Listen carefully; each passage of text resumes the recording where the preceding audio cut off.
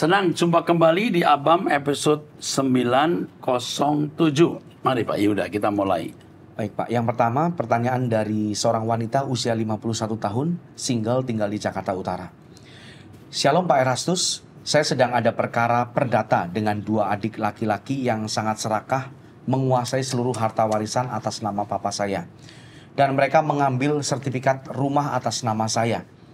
Saat ini perkara sudah dalam tahap sita eksekusi, tapi uang saya juga sudah habis banyak mengurus perkara ini sejak 2019. Sudah memakai 3 lawyer. Saya sudah tidak punya uang Pak untuk mengurus perkara ini lagi di pengadilan. Saya sudah bertobat minta ampun ke Tuhan dan mengampuni adik-adik saya. Menurut Pak Eras, apakah saya harus cari lawyer yang mau mendanai perkara saya sampai lelang, atau saya melepaskan hak cabut perkara ini saja dan coba berdamai dengan adik-adik saya? Terima kasih Pak Eras. Sebenarnya setelah saya melewati proses hukum ini, saya sadar bahwa Tuhan tidak mau saya terlalu berharap kepada manusia atau warisan. Lebih baik saya berharap kepada Tuhan. Oh iya Pak Eras, orang tua saya dulu Cina Totok, main okultisme, penyembahan berhala. Asal hartanya memang dari kuasa gelap. Saya yang pertama ditangkap Tuhan tahun 2001. Saya sudah urus perkara ini sejak 2018. Uang sudah habis ratusan juta dipermainkan. Aduh, sedih nih bacanya. Dipermainkan lawyer Kristen. Lawyer Kristen itu nggak semua benar. Saya juga sudah berkali-kali ketemu lawyer Kristen yang jahat. Ya. Yang bisa membela klien musuh. Baik sini juga baik di sana. Ada yang begitu. Waduh, Kristen. Terus? Tolonglah Pak Eras supaya saya bisa mengerti apa kehendak Tuhan dalam perkara ini. Saya khawatir dulu waktu pertama-tama Anda tidak mau membagi. Karena you punya atas nama you kan? Iya. You berkeras, padahal ada saudara yang berat. Dia perkarakan. Kalau saya tahu hal ini semula, saya akan minta Anda membagi. Nggak usah mesti dibawa ke polisi, pengadilan. Akhirnya mereka nggak dapat, kamu nggak dapat, setan yang dapat. Nanti dikirim ini lawyer kita, suruh nasihatin, berdamai saja. Berdamai saja Bu, ya. Nggak dapat banyak, nggak apa-apa. Orang kita mau cuman sementara di dunia, ya. Saya khawatir waktu itu Anda tidak mau berbagi. Saya khawatir. Ya. Atau mungkin kakak mau ambil semua. Ya. Saya tidak tahu. Tapi atas nama you loh, mestinya bisa dijual, dibagi bareng karena nama you. Dia nuntut. Ini bukan serakah, dia minta haknya. Kadang-kadang juga begini ya, atas nama anak, tapi anak udah bayar ke orang tua. Oh, oke. Tapi nggak jelas suratnya waktu itu. Tahu maksud saya? Bisa. Anak 3, yang satu itu udah keluar uang tuh mamanya. Jadi semua rumah masuk ke sini. Waktu itu mestinya ada surat juga dari 2 anaknya, tidak ada tuntutan dan lain-lain. Tolong ya, hari ini juga ditelepon, kasihan ibu ini. Dunia sudah jahat banget sih, ya. Saya nggak tahu ibu ini yang salah atau memang keserakan saudara-saudaranya. Tapi tidak sedikit memang dunia ini serakah sekali. Ada yang adiknya nggak dapat bagian apa-apa. Ada yang begitu karena adiknya perempuan, ada yang begitu. Tapi yang ini saya tidak tahu. Oke, teruskan. Berikutnya dari seorang wanita usia 47 tahun. Shalom, Bapak Erastus yang saya hormati. Saya yang pernah bertanya di Abam episode yang lalu. 600 sekian. Sehubungan dengan suami yang lost contact tahun yang lalu dan bulan Oktober 2023 kemarin, suami saya datang, tapi sampai saat ini tidak ada itikat baik menemui saya.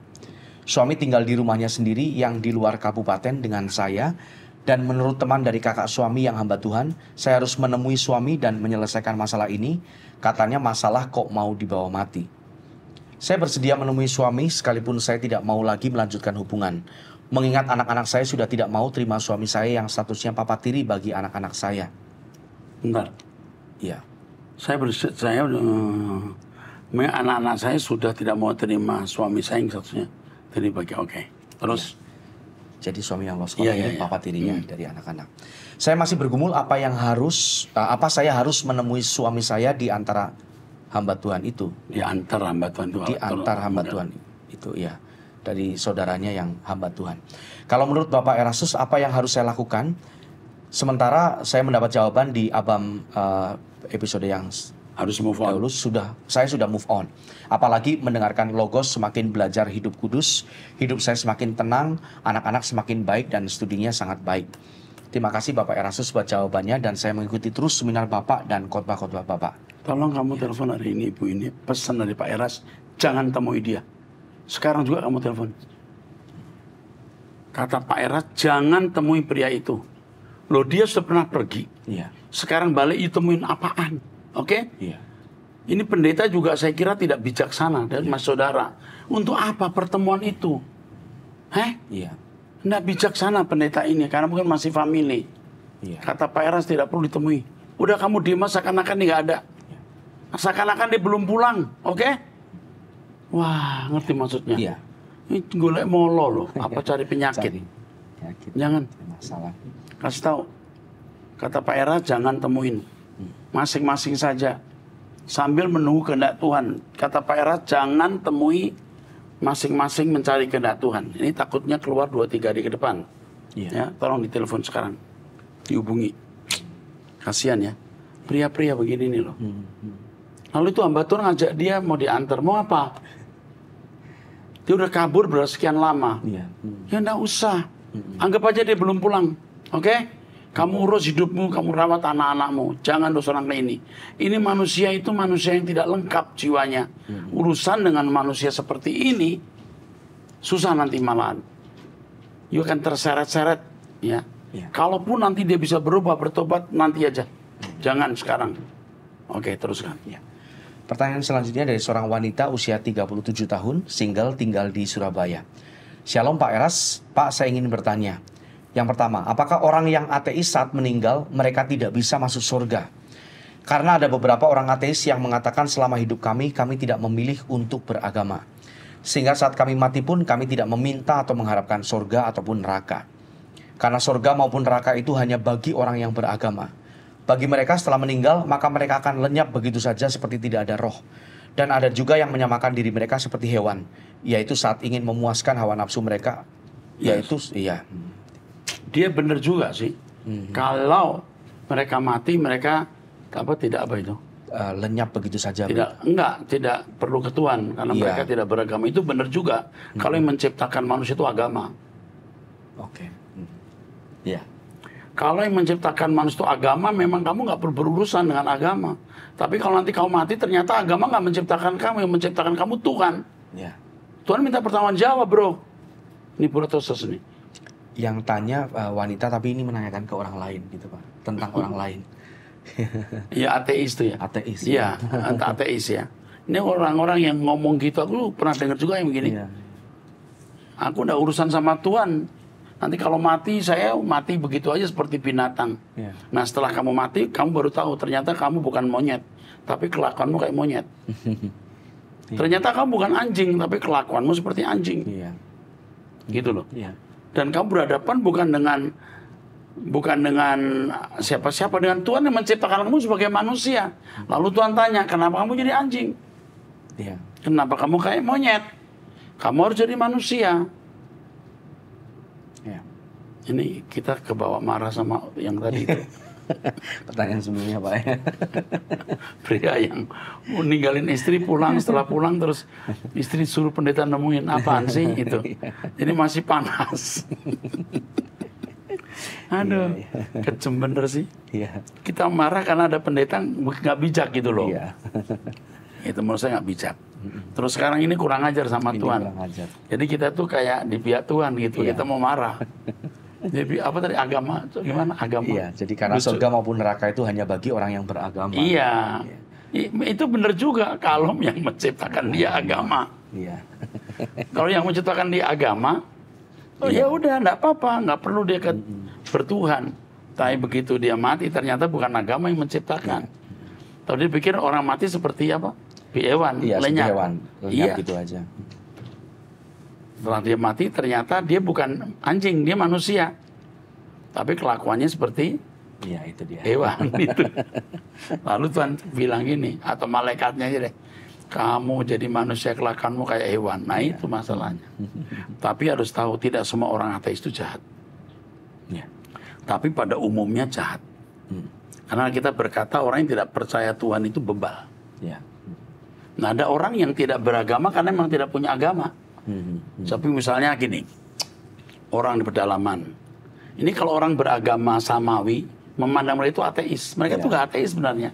Mereka beragama dalam keyakinan suku atau agama primitif. Itu juga tidak bisa dibilang ateis loh. Mereka punya budaya dan budaya itulah agamanya. Dan itu bisa membuat mereka baik. Tapi kalau orang tahu ada Tuhan seperti pemazmur katakan dan dia tidak mau percaya, jahat ya. Saya hanya mengingatkan bahwa tidak semua yang tidak beragama samawi itu ateis. Itu oke? Teruskan.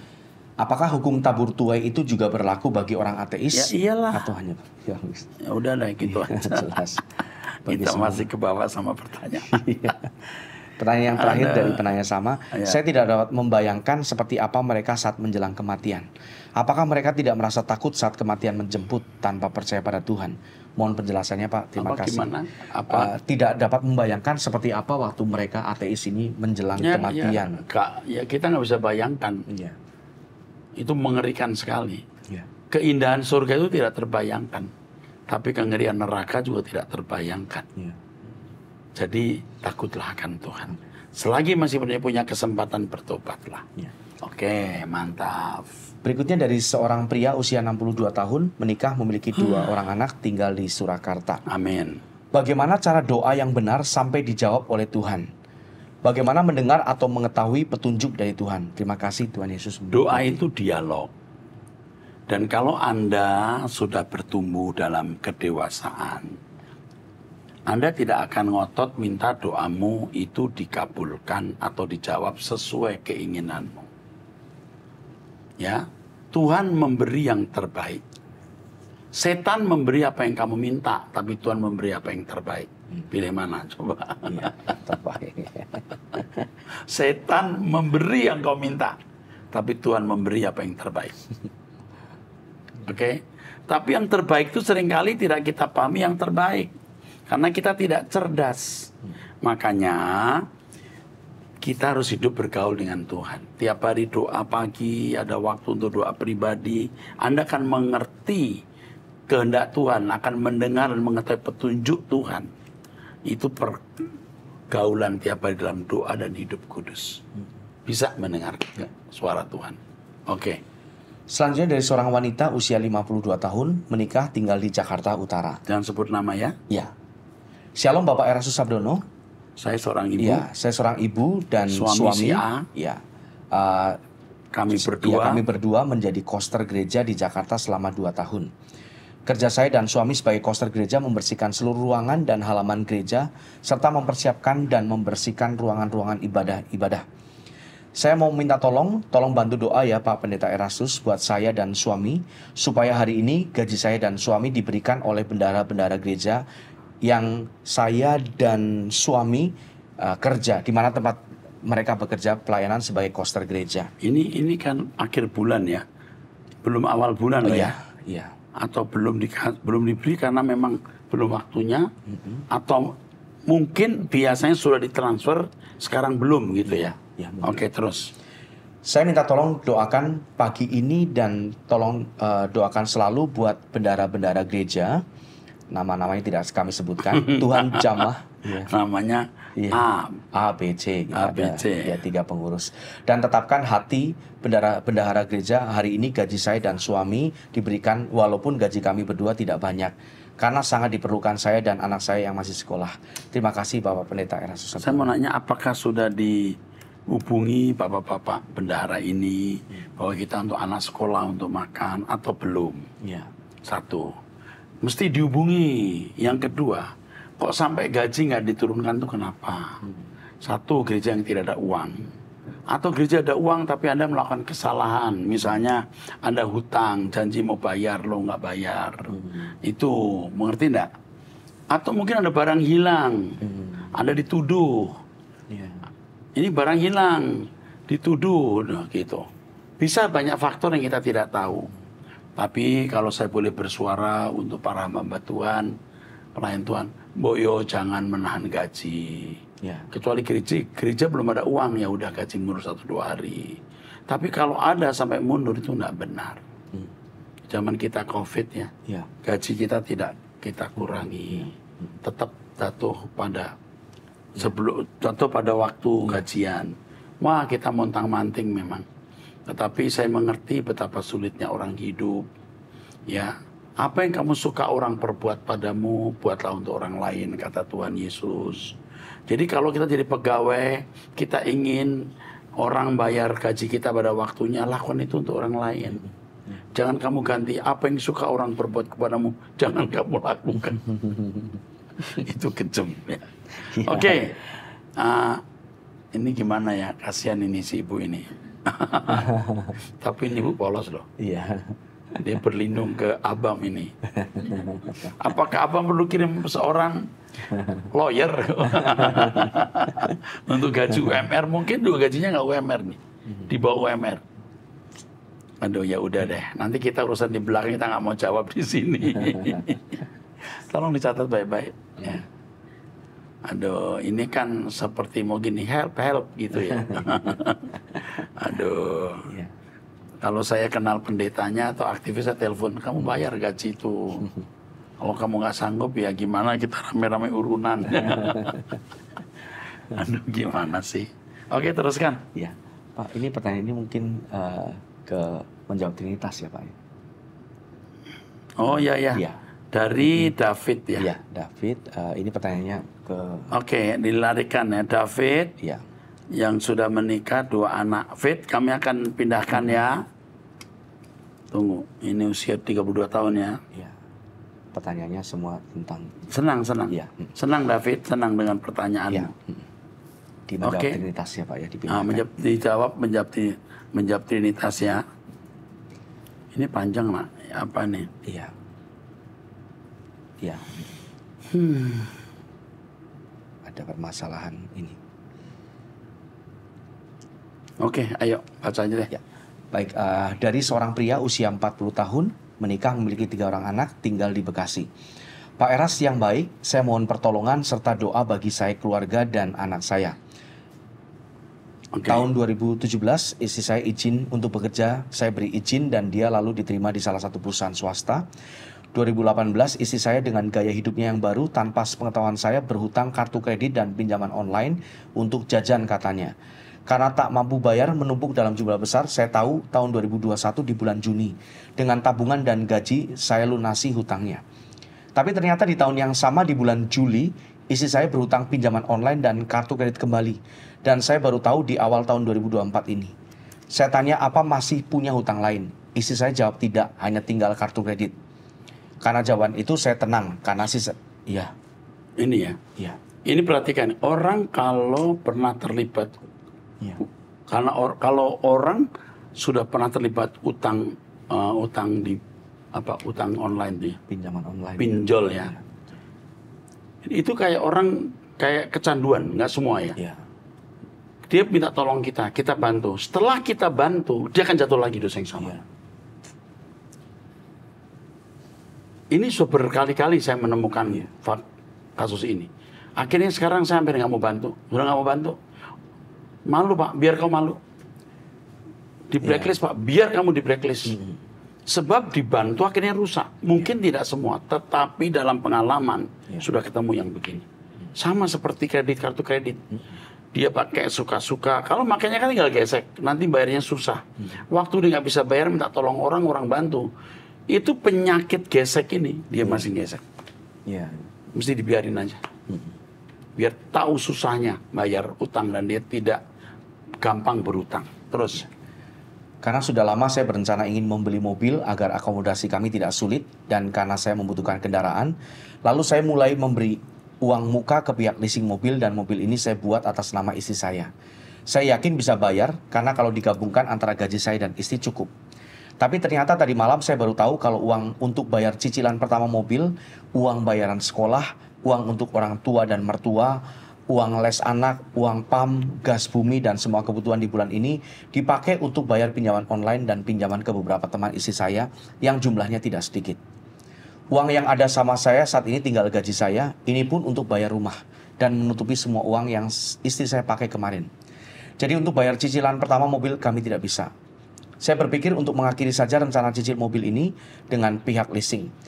Karena saya takut hal ini akan jauh lebih membebani saya. Karena untuk bayar awal yang akan jatuh tempo 4 Februari saya tidak ada. Saya hanya ingin membatalkan saja rencana cicilan ini, tidak apa-apa Pak. Kalau uang muka tidak dapat dikembalikan lagi. Saya tidak tahu harus bagaimana. Pak, apakah saya boleh mendapatkan bantuan hukum dalam hal ini? Saya mohon pertolongan Bapak. Apabila saya mendapat kasih Bapak, saya juga ingin agar istri saya diberi nasihat untuk benar-benar bisa hidup lebih baik. Saya mengasihi istri dan keluarga saya Pak, dan semua ini berkat Bapak yang menjadi gembala yang baik. Pak, saya hanya ingin istri saya bisa hidup kudus. Kasihan ini, pria ini Pak ini. Hanya satu harapan saya, bertemu Allah Bapa bersama istri, anak-anak, dan keluarga. Itu saja harapan saya. Tolong saya Pak. Terima kasih sudah bersedia membacakan. Sehat selalu buat Pak Eras dan keluarga serta tim Rehoboth. Tuhan Yesus memberkati. Hari ini juga tolong hari ini juga Aras turut telepon Bapak ini. Yang kedua, Bapak ini telepon Bu Esther juga. Nanti Bu Esther akan diarahkan ke istrinya. Istrinya ini sakit nih. Ya. Jiwanya sakit. Saya tidak tahu apa yang dilakukan di belakang nih. Ya. Pasti ada yang nggak beres. Pasti ada yang nggak beres. Pasti nggak beresnya itu benar-benar nggak beres. Kalau hanya untuk kebutuhan dia sampai tidak mungkin sampai uang segitu banyak habis. Entah digerogoti siapa itu uang. Itu aja maksudnya. Ya. Tolong itu di hari ini juga kasihan. Ini pria baik loh. Ya. Biasanya kita kesel sama laki-laki, sekarang saya kesel sama perempuan. Kenapa ya? Lebih banyak laki-laki yang nggak bener sih. Tapi ini perempuan misteri ini. Iya. Ini jadi suami dikadalin istilahnya ya. Iya. Aduh, biasanya perempuan yang dikadali suami ini sekarang ini dibuayain ini, bukan kadal ya. Oke, yuk teruskan. Iya. Berikutnya dari seorang wanita usia 27 tahun. Jadi yang tadi kita nggak usah jawab, biar nanti tim kita yang jawab. Oke. Baik. Terus. Dari seorang wanita usia 27 tahun, saya telah dikaruniai 2 orang anak sepasang, pria dan anak laki-laki dan perempuan. Namun saya tidak dinikahi, sehingga saya sendirilah jadi ayah dan ibu buat anak saya. Oh, pertanyaan saya, apakah saya harus bertahan terus Pak? Hubungan kami sudah 8 tahun dan saya tahu bahwa memang kami susah untuk diberkati. Oh, maksudnya apa ya? sudah punya 2 orang anak, tapi tidak dinikahi, jadi hubungan tanpa status gitu Pak ya? Nggak ada pemberkatan juga ya? Iya, belum diberkati. Ini Apakah kasus khusus nih. dia bisa bertahan atau dia harus bagaimana gitu Pak? Tapi kalau pria seperti ini nggak bisa dilanjutkan kalau menurut saya. Yang bodoh nih perempuan, kenapa masih hubungan? Iya. Jadi pria itu meniduri, Iya. ya beranak. Sudah punya 2 anak? Enggak, Iya. pria ini punya anak dari wanita ini kan. Iya, betul. Tapi nggak menafkahi dan tidak menikahi kan. Iya. Jangan dilanjutkan. Kalau menikah dengan pria ini bahaya. Bakal sengsara hidupnya. Iya. Tahu maksudnya? Iya. Jadi 8 tahun, sudah 8 tahun. Nanti ini masih umur 27 tahun. Pak Yuda yang telepon deh. Iya. Kasih tahu, hari ini telepon. Kata Pak Eras, jangan dilanjutkan hubungan dengan pria ini. Ngapain dilanjutkan? Ditipu dia. Tapi wanita ini jatuh cinta ke pria itu sebenarnya. Iya. Dia menambatkan cintanya ke pria itu. Dia jatuh cinta ke orang yang salah. Iya. Jangan bertahan dengan pria seperti ini. Putuskan, kan dia belum diberkati di gereja kan? Iya, belum. Ya udah, putuskan aja hubungan itu. Oke? Tolong nanti ditelepon sendiri aja, diarahkan. Tapi harus tahu juga apa sih duduk perkaranya sampai begitu. Iya. Tapi kalau dari sekilas ya saya kira nggak bisa dilanjutkan hubungan ini. Saya khawatir pria itu punya wanita lain. Kalau bukan istri, wanita, ya dia main-main aja. Dia tidur sana, tidur sini gitu loh, kayak pleki ya. Jadi begitu. Iya. Iya, ini kayak model begini. Iya, ada. Loh, kalau dia menikah lalu tinggal menikahi mau kemana? Iya. Karena kami tidak mungkin nikah, mungkin dia punya istri. Atau nggak punya istri ya dia punya beberapa perempuan lain. Aduh, jangan deh, kasihan. Oke, teruskan. Iya. Kok jadi marah-marah kita hari ini ya?